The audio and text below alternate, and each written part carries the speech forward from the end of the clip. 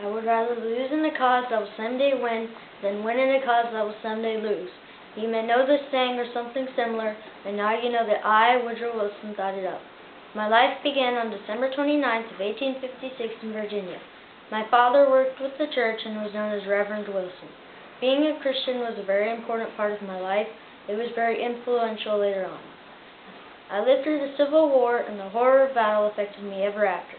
However, ironically, I was president during one of the worst conflicts in history, World War I. In 1882, I graduated from law school in the University of Virginia and moved on to greater things.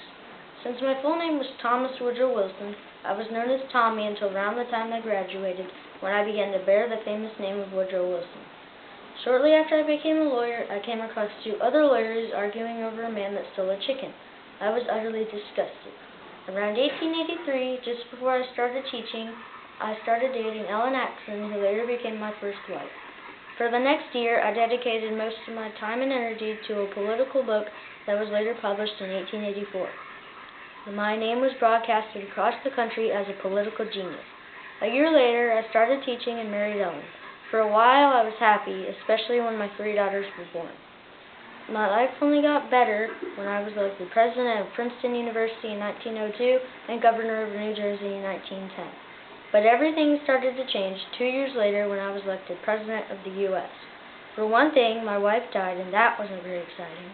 Luckily, before anyone noticed, I was able to remarry to Edith Bowling Gault.